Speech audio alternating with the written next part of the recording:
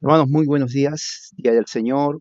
Hoy es mayo 10 del 2020. Vamos a entonces iniciar este Día del Señor, nuestro estudio en el libro de Romanos, el último capítulo de Romanos, un libro muy interesante que nos ha enseñado mucho en cuanto a la doctrina, la fe cristiana, en cuanto a la naturaleza humana, una teología, diríamos, apostólica pura. Pablo desarrolla una de sus mejores obras teológicas para la fe cristiana, donde prácticamente todo cristiano debe de estudiarlo siempre y aprender. Vamos entonces a dar gracias a Dios antes de continuar. Padre Celestial, gracias por tu amor y misericordia en esta mañana. Que tu gracia y tu amor nos ayude, Señor, en todo. Háblanos a nuestra mente, corazón, conciencia, espíritu, alma, a través de tu palabra. Que el Espíritu Santo, Señor, obre en nosotros para la gloria de tu nombre. Ayúdanos a crecer en conocimiento y verdad. Así te pedimos, Padre, en el nombre de Jesús, nuestro Señor. Hermanos, en esta mañana vamos entonces a continuar en el capítulo 16 de Romanos, el último capítulo, pero vamos a estudiar palabras claves, vamos a estudiar el contexto de las palabras que Pablo usa para poder entender qué es lo que está hablando él. La semana pasada iniciamos el capítulo 16 viendo algunos de los personajes que Pablo menciona. Prácticamente el capítulo 16 viene a ser ya la culminación de toda su carta, en donde él manda saludos a los hermanos en Roma y donde él está también menciona nombres y podemos conocer en base a la poca información que tenemos ahí, podemos conocer quiénes son y por qué es tan importante. Uno de los personajes que sobresale en todos ellos es Febe. Hemos hablado de, eh, de esta mujer Febe, que Pablo no habla mucho, pero lo que dice de ella tiene mucho significado porque la menciona como una diaconisa, una persona que, y lo vamos a ver en este momento, que es y parte importante, no solamente en la iglesia, sino también en todo el ministerio de Pablo, diríamos en la iglesia en totalidad. Entonces, generalmente la idea es esto, en el antiguo mundo, las personas de importancia, escuche bien, las personas de importancia siempre eran mencionadas primero, ¿ok? Las personas que tenían mucha importancia, ya sea por lo que hacían, su rango, su condición y todo lo demás, eran siempre mencionadas primero. Entonces, el hecho de que Febe es mencionada primero, entonces nos implica que era de gran estima para Pablo y la iglesia, de gran estima, ¿ok? Entonces, eso nos da la idea de que, aunque no se dice mucho de ella, ya el hecho de que Pablo la menciona nos dice mucho de ella, en el sentido de que fue una cristiana, diríamos, ejemplar, no solamente por cristiana, sino por su trabajo, por su trabajo. Bien, entonces en ese contexto vamos a analizar ciertas palabras que podemos encontrar en las escrituras y vamos a iniciar con la palabra diaconisa, ¿no? Si leemos en Romanos capítulo 16:1, dice, os recomiendo además nuestra hermana Febe, la cual es diaconisa de la iglesia en Cencrea. Ahora, la palabra diaconisa, hay mucha interpretación ahí. Vamos al origen de la palabra diaconisa. Diaconisa viene de la palabra en griego diáconos. Es un sustantivo, en este caso, trabaja como un sustantivo acusativo. Está en el femenino sustantivo, ¿no? Y es en el singular. Implica un sirviente, alguien que hace servicios para su maestro o para su jefe. Escuche bien la idea, es alguien que trabaja, que hace un servicio para su maestro. Diaconisa o diácono señala la función, es alguien que hace un trabajo para alguien. La raíz viene de un concepto antiguo de correr, sí, de correr. ¿Por qué de correr? Porque eh, la persona que corre, bueno, se mueve rápido, obviamente. En el servicio de los esclavos, los amos esperaban que cuando se da una orden, el esclavo lo obedezca de una forma rápida, lleve a cabo la obra de una forma rápida. ¿Ok? Entonces, no les gustaba un esclavo o alguien de servicio que sea flojo, que tome su tiempo. Entonces, se supone que el servicio tenía que ser rápido y el que hacía el trabajo tenía que hacer un trabajo rápido. Entonces, me parece que hay una similitud entre el diácono, la que da servicio, en la manera de su función. Su función tiene que ser una función rápida, efectiva. Entonces, esa es la idea que Pablo tiene cuando dice diaconisa. Ahora, pero en la iglesia cristiana el concepto de diaconisa también tiene que ser un ministerio. ¿Se acuerda que en el libro de los Hechos, cuando mencionan y ponen a diácono, lo hacen para que ayuden a la gente? Pero más que ayuda también tiene que ver, eh, ah, más que ayuda, tiene que ver también con el hecho de que eh, se tiene que hacer de una forma efectiva, de una forma rápida. ¿Ok? Entonces, la idea de ser diácono o ser diácona en la iglesia o diaconisa o diácono en la iglesia tiene que ver con esas dos cosas. Que ver también. Tiene que ver con esas dos cosas de el servicio y la manera como hacer. Entonces, un diácono en el contexto de iglesia, teniendo en cuenta la definición, es alguien que hace el servicio para el Señor de una manera diligente, de una manera activa, de buena voluntad y rápido. Por eso que Pablo dice, ella es diaconisa y la iglesia se crea. Entonces, da a entender que Febe eh, no solamente era alguien que servía, pero tenía un lugar especial, ministerio de diaconisa. O sea, su labor de ella era servir a la iglesia. Eso es. Y servirlo de una manera ah, diligente. Ella era la primera que estaba ahí, y no solamente la primera, sino que parece que Febe era una persona también con recursos económicos más que los demás. Entonces, y usaba sus recursos económicos para ayudar al avance del reino de Dios, al avance de la iglesia. ¿Ok? Es muy importante tener eso en mente, porque eso nos da a entender la razón por la cual Febe era importante para Pablo en la iglesia en Cencrea y en Roma. Pablo la recomienda, fíjese, porque dice ahí en el versículo 1, la cual es diaconisa en Cencrea, que lo recibáis en el Señor, ¿no?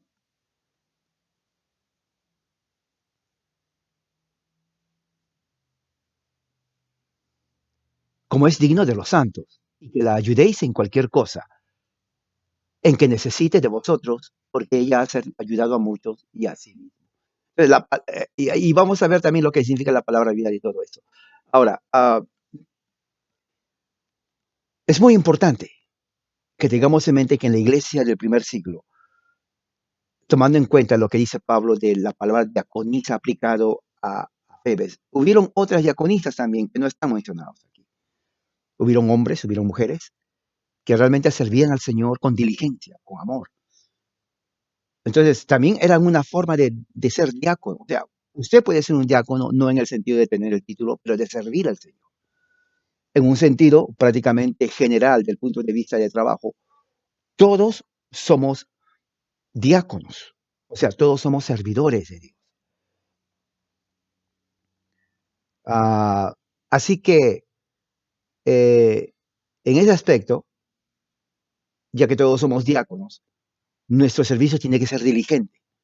O sea, el hecho de que Pablo menciona a Febe, podemos nosotros sacar una aplicación para nosotros y decir, bueno, si servir al Señor es con diligencia y usar lo que nosotros tenemos para el servicio al Señor, bueno, lo voy a hacer.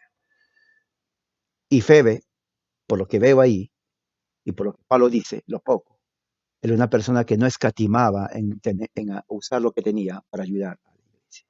Entonces vemos que diaconisa tiene dos significados. Uno, servir al Señor con diligencia, prontitud, con buena voluntad, así como lo hizo, pero al mismo tiempo también un ministerio que se fue desarrollando dentro de la iglesia para ayudar a los santos. Entonces el ejemplo mismo aquí lo vemos. Es un ejemplo claro. Si alguien le pregunta, ¿qué hace una diaconisa y un diácono? Aquí está, Romanos capítulo 16. Claro, pues se fue expandiendo más a medida que la iglesia crecía en número y se expandía en todas partes y otras partes del mundo. Entonces, eh, ya hubo, diríamos, más funciones del diácono. Ok, entonces, básicamente, diácono en una iglesia local es alguien que sirve al Señor con diligencia. Y servir al Señor significa servir al pastor, ayudar al pastor, a la iglesia, a los hermanos. ¿Me entiende? Era una persona con, no era cualquier persona. ¿Ok? Lamentablemente hoy en muchas congregaciones como que, oh, servir al Señor, que tengo que hacer, pero no, alguien que sirva al Señor con diligencia. Mire, Pablo la recomienda. Y para que el apóstol Pablo recomiende a ella, en primer lugar sobre todas, es porque fue ejemplo de Cristo. Por eso en el versículo 2 la, la recomienda, ¿no?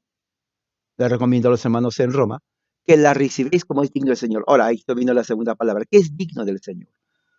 ¿Qué es digno del Señor? La palabra digno viene de la palabra agios o axios. Es un adverbio, es reconocerla como corresponde a los santos. Cuando dice del Señor, de los santos, el genitivo de los santos, o sea, hay un estándar para ser santo. Entonces, alguien para que sea santo y ser catalogado como santo, tiene que reunir esos requisitos. Fíjese, hermano. Entonces, cuando dice Pablo, digna de los santos, de acuerdo a la palabra axio, que significa corresponder, lo que está indicando es que los cristianos que sirven al Señor, mire la función, que sirven al Señor, llenan los requisitos de santos. Ahora, ¿qué es la idea que está diciendo Pablo aquí?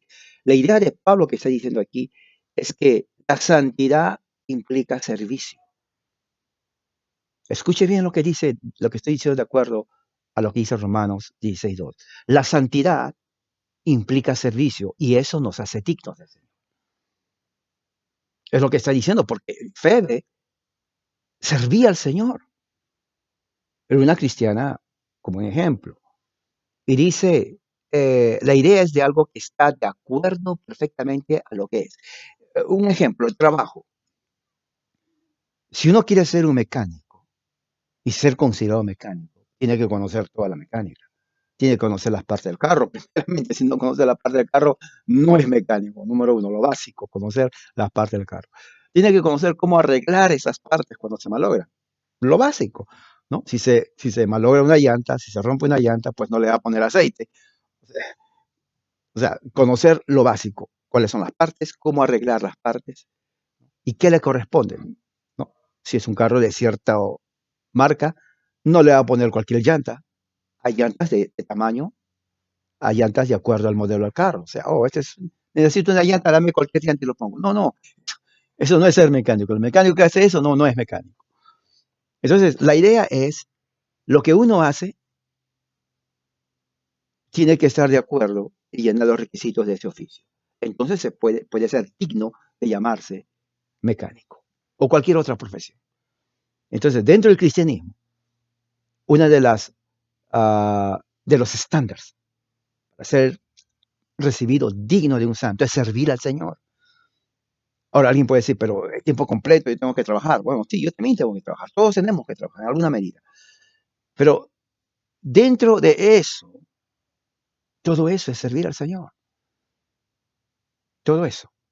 Entonces, si uno sirve al Señor con diligencia, entonces uno está eh, cumpliendo con los requisitos de lo que implica ser santo en la iglesia, servir al Señor con diligencia. Por eso Pablo le dice, mira, ella ha trabajado tanto con nosotros, diligente en el Señor, nos ha ayudado en todo, una mujer ejemplar, incansable. Cuando vaya a Roma, recíbanla como es digno de los santos. Fíjense, ve la relación, como ella trabajó así, entonces ella es digna de ser recibida como santo. Recíbanla como santo, como una mujer santa en la iglesia. Entonces, eso está de acuerdo perfectamente a lo que un santo es. Eso es importante tener en cuenta, puesto que es lo que identifica a un cristiano. Pablo está dándonos a conocer que nuestra vida debe estar a la altura del estándar de santidad, como en el servicio.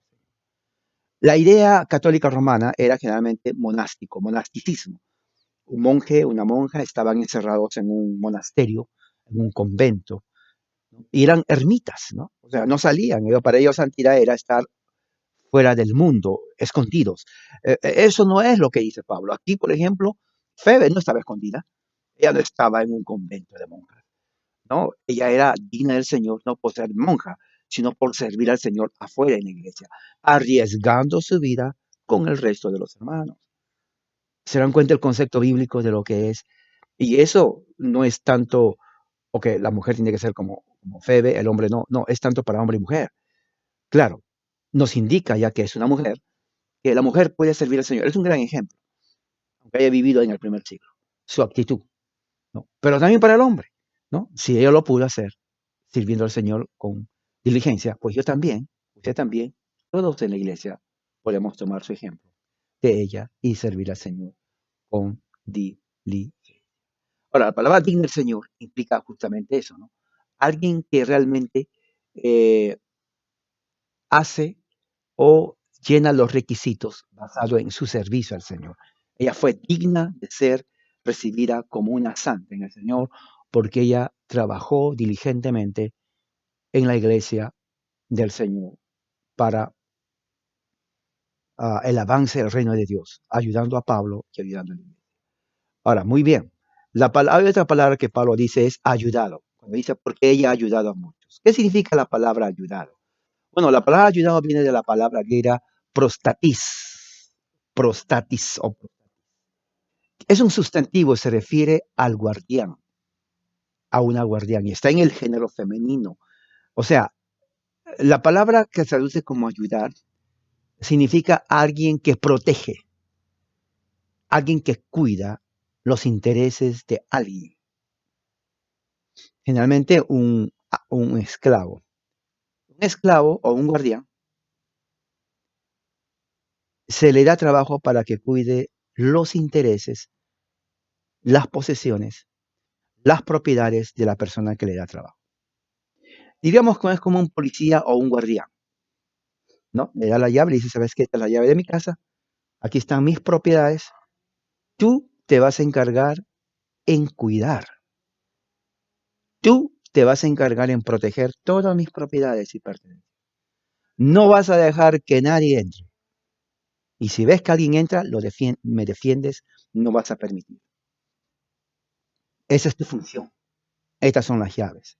Confío en ti. Eso es lo que Pablo dice cuando dice, ella ha ayudado a muchos. Está diciendo, ella ha sido protectora de los cristianos. Fíjense lo que era ella, protectora de los cristianos. Ella, ¿se acuerda de esto? Su ayuda era guardar, proteger todos los intereses de Pablo, todos los intereses de la iglesia, todos los intereses del reino de Dios, de la base del reino de Dios. Esto es muy importante tener en cuenta. Entonces vemos que la palabra ayudar en el contexto no es solamente, bueno, te ayudo, te doy de comer. No, sino era protección. Mirar por los intereses de la iglesia. O sea, una persona activa. ¿Qué enseñanza podemos sacar de eso para ahora? Lo mismo. Tenemos que proteger los intereses de la iglesia como en doctrina. No dejar que alguien venga con doctrina falsa y enseñe algo que esté en contra del evangelio. Pablo lo decía así, el libro de Gálatas, ¿se acuerda? Dice, si un ángel del cielo viene, o alguien viene más, o lo que sea, y predica otro evangelio, sea anatema. Y anatema es una palabra relacionada a ser maldito. O sea, está fuera de la ira, de la gracia de Dios. Entonces, ¿cómo uno puede ayudar a la iglesia? Primeramente, protegiendo que en la sana doctrina no se malogre con doctrina herética o la apostasía o cualquier otra doctrina que va en contra del verdadero evangelio. Proteger también los intereses de los miembros de la iglesia, de los hermanos, de los obispos, de los pastores, de los hermanos, para que ah, no seamos afectados por eso. Entonces estamos viendo de que Febe reunía eso. Ahora entiendo por qué era tan importante, Pablo la considera, porque ella justamente hacía lo que, de acuerdo a Pablo, era lo que cada cristiano tenía que hacer. Ahora, no es porque ella era diaconisa, tenía que ser solamente ella, yo no. No, todos los cristianos, todos, usted, yo, ¿no? En este momento, en pleno siglo XXI, ahora más con todo este acecho de la pandemia, de la agenda LGBT, ateísmo, aborto, y un montón de cosas que está pasando, tenemos que protegernos. Una forma de ayudar es proteger, ser guardianes, una acción completa emocional, mental, espiritual, ¿no? Y aquí empieza otra cosa, el aspecto económico. Febe tenía eh, recursos materiales, financieros, en donde ella lo usaba para ayudar a la iglesia en ese entonces. Entonces, sus recursos naturales, sus recursos materiales, financieros, ella lo usaba para el avance del evangelio. Es una forma de ayudar, por decir, ayudar, claro, ayudar, de proteger a la iglesia, a Pablo. Muchos inclusive teorizan de que ella era posiblemente la persona que financiaba los viajes de Pablo a los lugares que iba en el Asia. No hay pruebas, pero es posible, porque aquí está diciendo que ayudaba. Si ayudaba, y ahí está diciendo que ella va a ayudar a Roma, va a ir a Roma llevando la carta, entonces es posible que ella haya ayudado, o alguien más que no lo menciona. Pero ella generalmente nos da la idea de que como los cristianos de ese tiempo ayudaban inclusive en el aspecto financiero. ¿Qué más? ¿Qué otra palabra clave tiene aquí? Si vamos aquí, va a haber tres, saluda a Priscila Aquila, ¿no? Esa es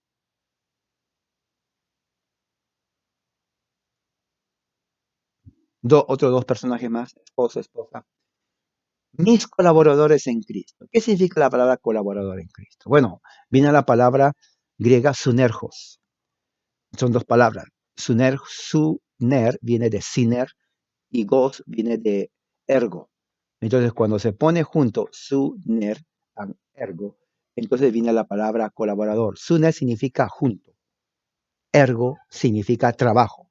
Trabajo junto. Entonces, cuando dice Pablo, Aquila y Priscila son mis colaboradores, están diciendo ellos han trabajado junto conmigo. Fíjese, Pablo dice, Aquila y Priscila han trabajado junto conmigo en el avance del reino de Dios. Entonces, viene la idea de socios. Ellos son asociados con Pablo. Son ayudadores también, igual como lo fue Febe. Son trabajadores que están juntos haciendo algo en común. ¿Cuál era eso que era común? El avance del reino de Dios. Entonces, el avance del reino de Dios era común eh, en lo que hacía Pablo. Pablo no hacía el trabajo solo, aunque él era el que escribió todas las cartas, ¿no? Y su nombre tal vez es el más prominente. No quiere decir que él hacía todo solo, no, él tenía colaboradores. Era imposible que Pablo trabaje solo en ese aspecto.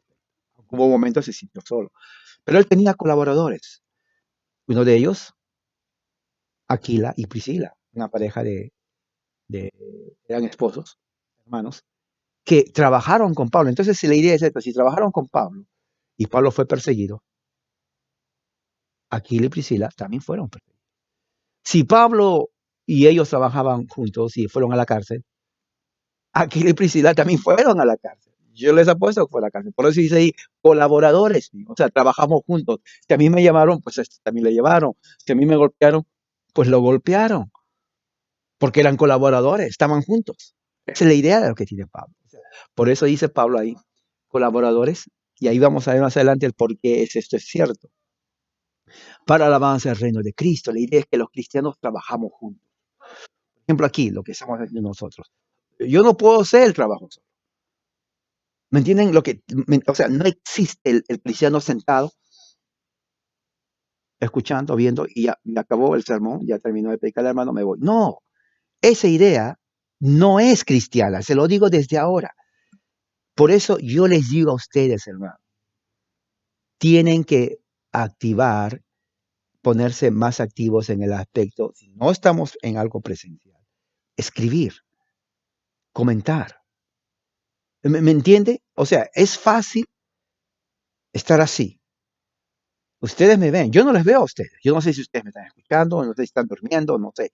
Pero ustedes me ven, yo no estoy durmiendo. Yo estoy tomando en serio mi labor, esta hora, hora y media. Yo espero la misma reciprocidad basada en lo que dice Pablo, trabajar juntos. ¿Qué es trabajar juntos? Al menos aquí trabajar juntos es que usted esté sentado y me escuche a mí. Sí, sin que se distraiga de nada. Porque es fácil uno decir, bueno, voy a ponerlo y me voy a hacer otra cosa, estoy escuchando. Eso no es así. Y se lo digo desde ahora. En una iglesia presencial existe la disciplina. Quiere decir que si empieza el culto a las 8:30, no puede venir a las 9 o 8:45. Así es. Si empieza el culto a las 9, no puede venir 9:15. Eso no trabaja así. Respeto al Señor tiene que estar por lo menos 5 minutos antes de las 9. Eso es así. Y durante el servicio, participar, escuchando, tomando la comunión, participando en los sacramentos. Eso es prácticamente lo que Pablo dice en todas las cartas. Y trabajar por el Señor. Entonces, basado en esto, ¿qué es lo que podemos aprender como colaboradores para aplicar a uno? Podemos aplicarlo en ese sentido. Ya que no estamos trabajando juntos físicamente, pero podemos nosotros respetarnos y respetar al que habla, que su tiempo no se ha alterado, ¿no? No se distraiga con nada, sino también así como usted me ve, usted tiene la ventaja de verme y sabe que no estoy jugando aquí. Yo asumo que usted también está sentadito y sentadita escuchándome y no haciendo otra cosa. Entonces, eso es lo que hace un cristiano que tenga credibilidad. Sí, si no, no somos diferentes a los demás. Tenemos que ser diferentes. Entonces, en el aspecto de ser colaboradores, como lo fue Aquila y Priscila, a lo menos eso es lo que se puede pedir. Ahora, ¿colaboradores en qué? ¿En qué sentido? Y mira lo que dice Pablo. Pablo dice, expusieron, versículo 4, su vida por mí, a los cuales, ¿no? Expusieron su vida en mí, a los cuales no solo yo doy gracias, sino también todas las iglesias de los gentiles. O sea, pasó algo ahí. Bueno, eran colaboradores. ¿Qué se puede esperar de un colaborador? Bueno, un colaborador significa que si uno sufre, los demás sufren. Claro, lógico, son colaboradores. Si trabajamos en el mismo equipo, si uno pierde, los demás ganan. No, es como en el partido de fútbol, es igualito. En un equipo de partido de fútbol, si, si pierde un equipo, bueno, implica pierden todos, aunque tres hayan jugado lo mejor. El hecho es que perdieron todos. Si ganan, no gana solamente el que hizo el gol. Se dice, bueno, yo hice el gol, yo gano, ustedes no. No, falso. El que mete el gol por todos, gana todo el equipo. Entonces, esa es la idea aquí. Un colaborador, si uno sufre, los demás también sufren. Entonces, cuando Pablo dice, expusieron su vida por mí, significa que también estuvieron presos con Pablo. Ahora, ¿cómo expusieron? No se sabe, pero hay algo muy importante. Cuando dice expusieron su vida por mí, en el griego significa literalmente que ellos pusieron su cuello por mí. Sí, en el griego significa que Aquila y Priscila expusieron su cuello por mí, por mi vida. O sea, da a entender que el cuello es la forma como mataban los romanos con guillotina. Ponía ahí el cuello y ¡pah! Así como se le mata un pollo, ¿no? Se le corta la cabeza. Igualito es. Los musulmanes hacen eso hasta ahora, por si acaso usted no sabe. Cortan cabeza a los musulmanes. Esto es cierto. Entonces, muchos dicen, bueno, posiblemente es algo figurativo en el sentido de que Aquila y Priscila ayudaron a Pablo y Pablo dice, bueno, me ayudaron tanto que estuvieron dispuestos a perder su vida por mí. Otros dicen que no.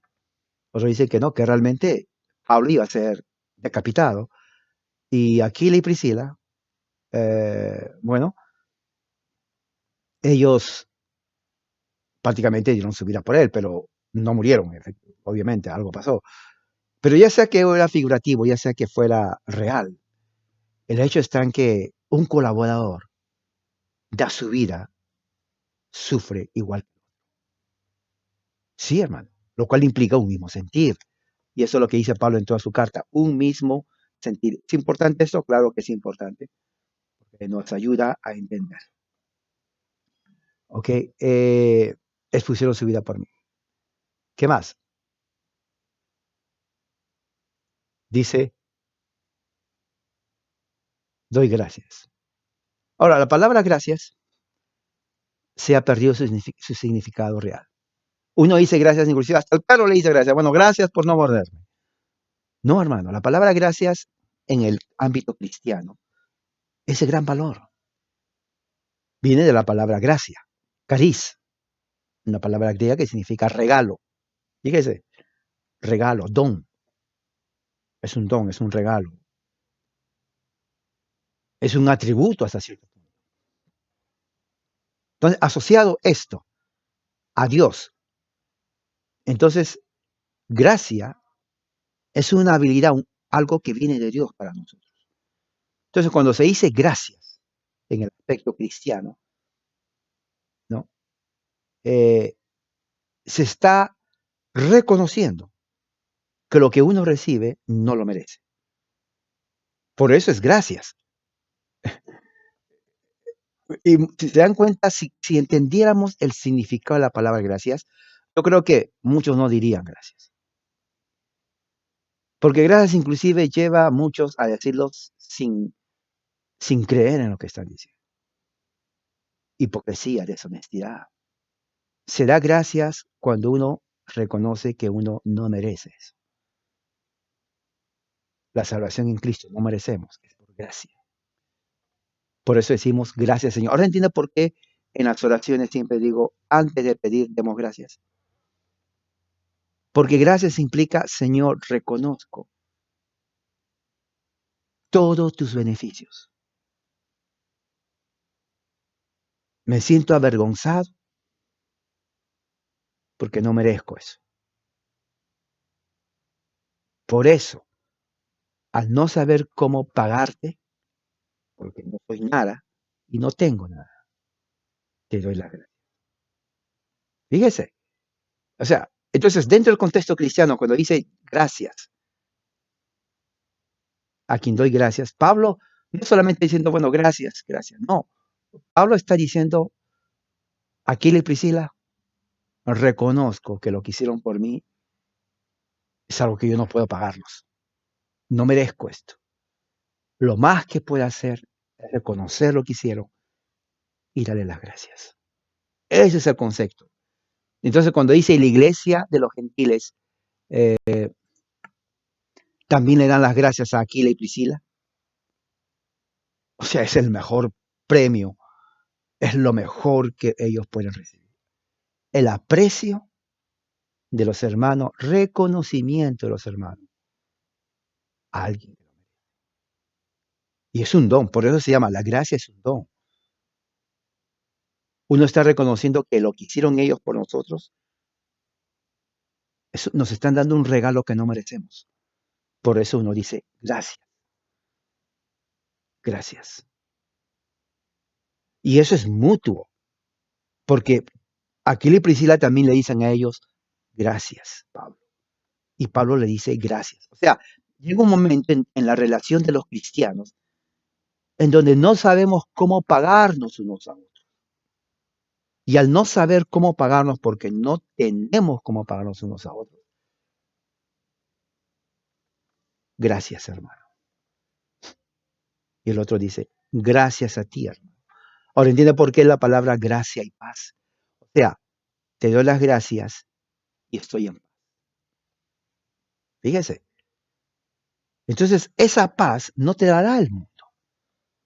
Esa paz la da Jesucristo. Gracias. Gracias, hermano. Se dan la mano. Gracias.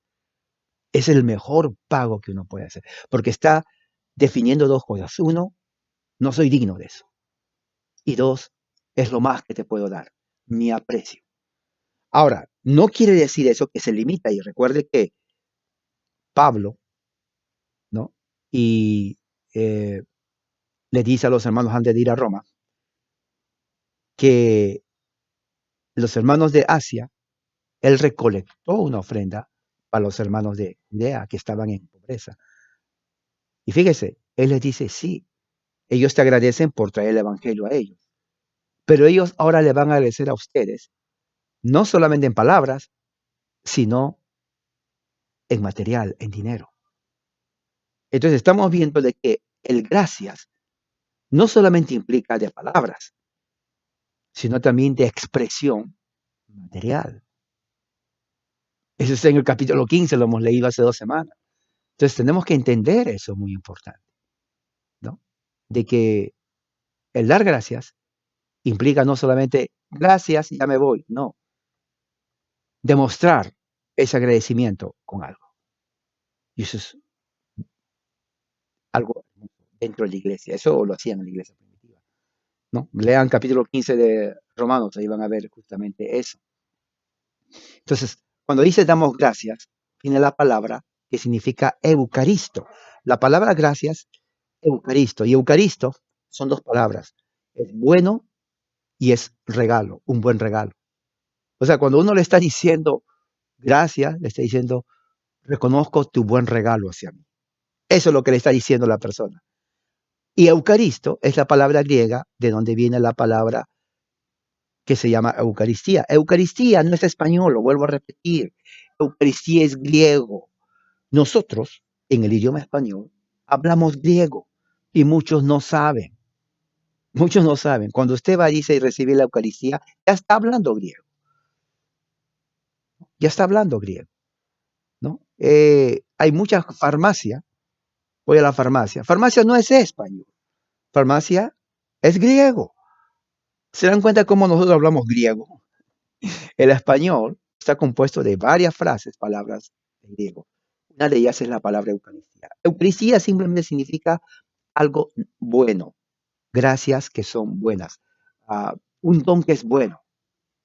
Eso es, por eso cuando Pablo dice, y doy gracias a Dios, y agradecemos, y la iglesia, los gentiles agradecen, están diciendo, reconocemos que lo que nos diste es bueno. Eso es gracia. Qué hermoso, ¿no? Entonces, ¿por qué los católicos dicen Eucaristía? Porque la Eucaristía celebra justamente cuando Cristo se da. Yo doy mi cuerpo para ser partido por muchos. Eso es Eucaristía. Jesús será algo bueno, Él será buen don, buen ofrecimiento. Eso es la Eucaristía. La Eucaristía no es católico romano, como dicen los amigos evangélicos. Los amigos evangélicos, todo lo que es Eucaristía, sacramento y eso, catecismo, eso es católico romano. Ignorancia, hermano. Ignorancia. Eucaristía es bíblico. Y ahí está. Cuando Pablo dice gracias, está usando la palabra Eucaristo, de donde viene la palabra Eucaristía. Entonces, en la cena del Señor, cuando partimos el pan, eso es la Eucaristía. Porque está simbolizando cuando Cristo se dio a sí mismo, quebrantándose. Así que Eucaristía es bíblico, apúntenlo. Eso es lo que significa. Iglesia de los gentiles, ¿qué significa eso? Significa no de que esa iglesia pertenece a los gentiles, porque de es un genitivo. No es que iglesia de ellos, no. Sino está diciendo iglesia compuesta de gentiles, que es diferente. Y esas iglesias son las del Asia. Cuando Pablo fue y predicó el evangelio a muchos lugares del Asia. Entonces, en cada lugar que iba, Colosas, Filipos, Éfeso, Tesalónica y otros lugares más, son iglesias compuestas por gentiles en su mayoría. Habían otros judíos también, pero la mayoría eran gentiles. ¿Qué significa saludar? Versículo 6 dice saludar a María. ¿Qué es saludar? Hola, ¿cómo estás? ¿No? Aquí en Estados Unidos dicen así, nomás mueven a veces la cabeza, o hacen la mano así, o hacen paz y amor así, ¿no? Saludar, o ¿cómo estás? Hay muchas formas de saludar. Pero en el contexto bíblico no es eso de saludar. En el contexto bíblico, saludar significa demostrar respeto. ¿Ok? Cuando alguien saluda, no solamente porque, oh, ¿cómo estás? Así que te vaya bien el trabajo, cómprate unas manzanas por ahí. No. Saludo implica dentro del contexto, te respeto, demuestro mi respeto hacia ti. ¿Cómo demuestro mi respeto hacia ti? Reconociéndote. Y una forma de reconocer es saludar. El saludo de los cristianos en ese tiempo se daban la mano, ¿no? Y se daban un beso santo. Pablo lo dice ahí, ¿no? Beso santo, porque era el símbolo de saludo cristiano. y se daban la mano. De ahí viene la mano, y se daban la mano, un beso y seguramente gracia y paz. La paz sea contigo, la paz sea contigo. Siempre se saludaban dándose o ah, deseándose paz, la gracia de Dios, que por gracia somos salvos. Entonces, el hecho de dar gracias, el hecho de saludar, están íntimamente relacionados en el saludo cristiano. Sí, está íntimamente relacionado al saludo cristiano. Y es muy importante tener eso en cuenta. Eh,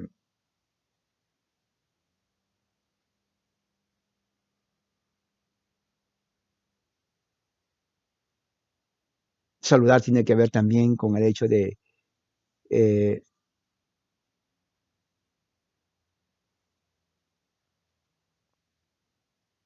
tener a Cristo en el corazón, lo que nos une, la fe. Si Cristo está con nosotros, entonces eh, es una fuente para que nosotros podamos reconocernos y respetarnos, reconociendo y respetarnos. Nadie era ignorado, todos nos reconocíamos. Pero también hay otro aporte muy importante, dice versículo 6. María trabajó mucho entre vosotros. Entonces, ¿qué significa trabajar mucho? Trabajar mucho viene de la palabra griega ekopiasen. Ekopiasen implica trabajar hasta el cansancio, hasta quedarse exhausto. Eso significa trabajar mucho. Dentro y eso va de acuerdo a lo que Febe también nos ayuda, se dan cuenta cómo nos ayuda. María dice ahí, trabajó hasta el cansancio. Bueno, lo mismo hizo Febe. Entonces, aquí nos da otro término. Ha trabajado mucho. Trabajar mucho significa física y mentalmente quedarse cansado.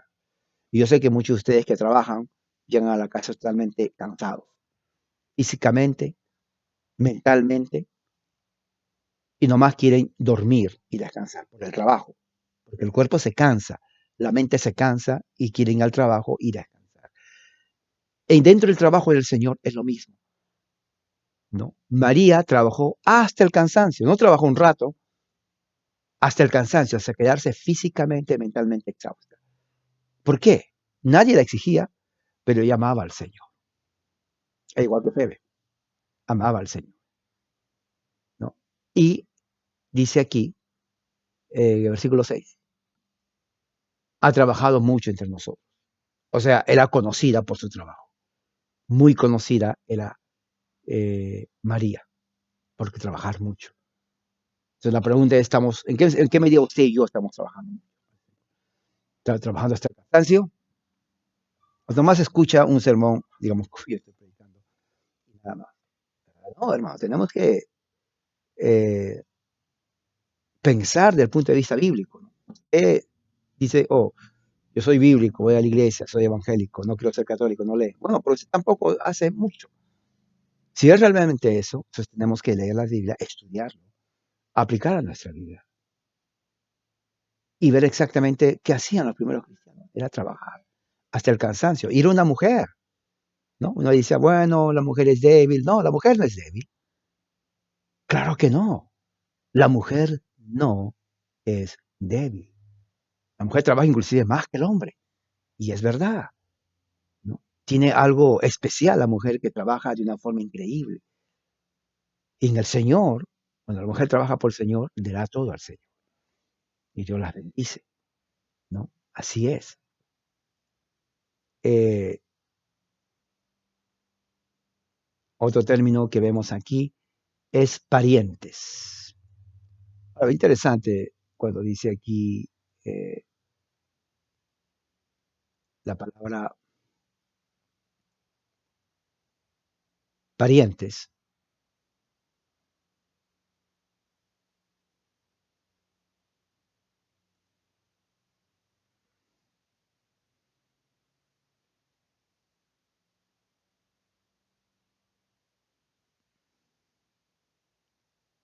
Versículo 11.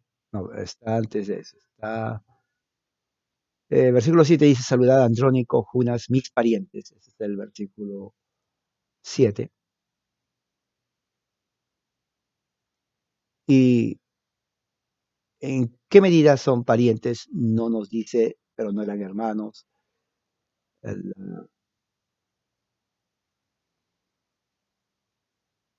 claro, viendo aquí lo que ponen como ellos interpretan,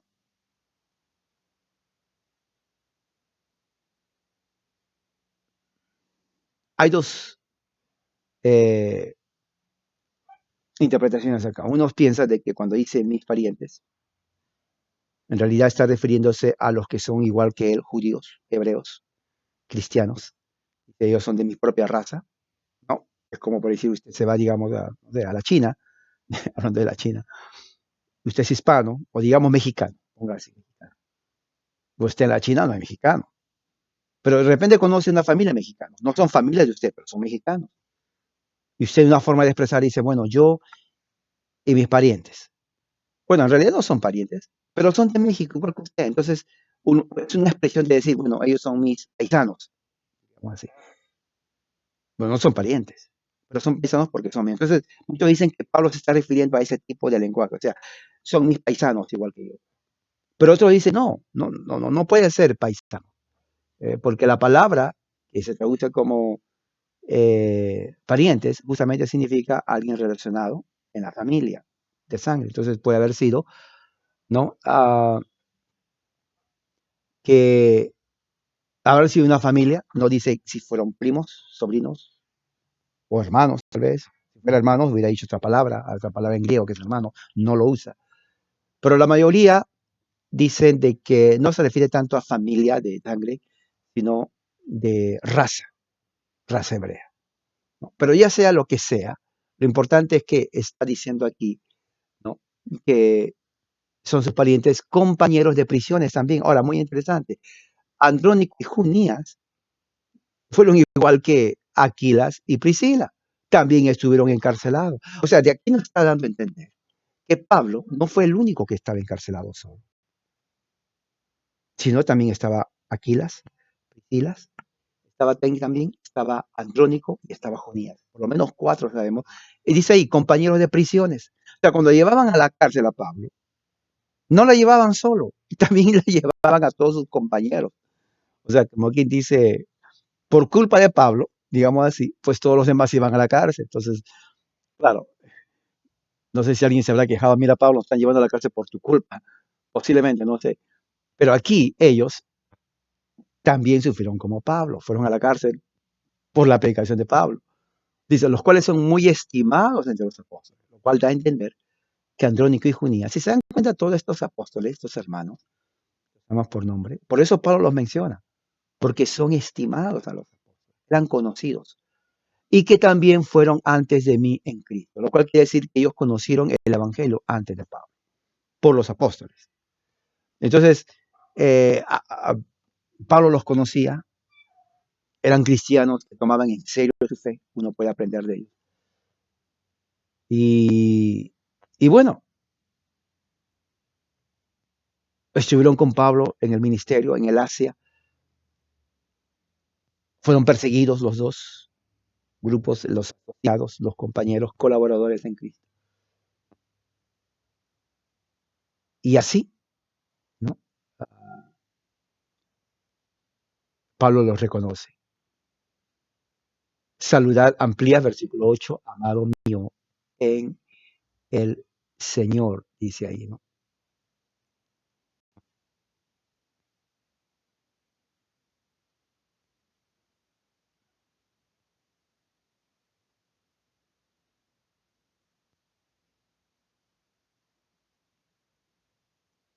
Amado mío. Vamos a ver la palabra amado. Amado viene la palabra agapetón, que es un adjetivo.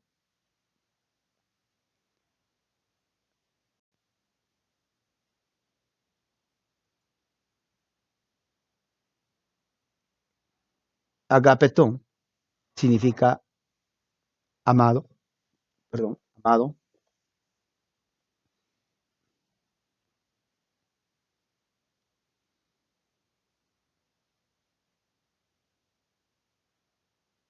Y utiliza la palabra ágape. Agape generalmente es un tipo de amor relacionado a Dios, lo cual da a entender que Pablo amaba a eh, esta Amplías de una forma especial. Sí, ahí lo dice. Saluda a Amplías, amado mío en el Señor. La palabra agape nos da a entender que Pablo lo amaba con un amor divino. Sí, amor divino. Eso es lo que está diciendo. Ahora, la pregunta es, ¿qué es amor divino? Bueno, es un amor espiritual, es un amor de respeto, de mucho afecto, eso sí, de mucho afecto que Pablo tenía hacia Amplías. No nos dice más quién fue Amplías, pero Pablo lo amaba de una manera especial, lo cual no extender, conociendo quién era Pablo, que Amplías fue un cristiano ejemplar, alguien que tenía cualidades especiales al punto que Pablo lo amaba espiritualmente. Fíjese, es interesante cómo nosotros podemos aprender de aquí. Pablo amaba a Amplías. Me hubiera gustado saber qué más hacía Amplías, quién fue, qué hizo, pero basado en el contexto y todo el contexto que Pablo habla es acerca de servicio al Señor. Y entonces podemos ver de que también servía al Señor con diligencia. Porque es lo que vemos. Pablo admiraba a los cristianos que servían al Señor con diligencia. Bueno, aquí vamos a quedarnos, hermanos. Espero de que esto haya ayudado, ¿no? Ha ayudado a poder entender el contexto de acuerdo a las palabras que Pablo usa para entender la iglesia en Roma y el libro de Roma. Vamos a orar. Padre Celestial, gracias por tu amor. Que este día haya sido de bendición y que tu Señor, hablado nuestra palabra, a nuestra mente, a nuestro corazón. Bendice a mis hermanos y que este día, Señor, sea de mucha bendición y crecimiento en el conocimiento y gracia en Jesucristo. La gracia y la paz sea con ellos. Hermanos, que la gracia y la paz sea con todos ustedes ahora y siempre.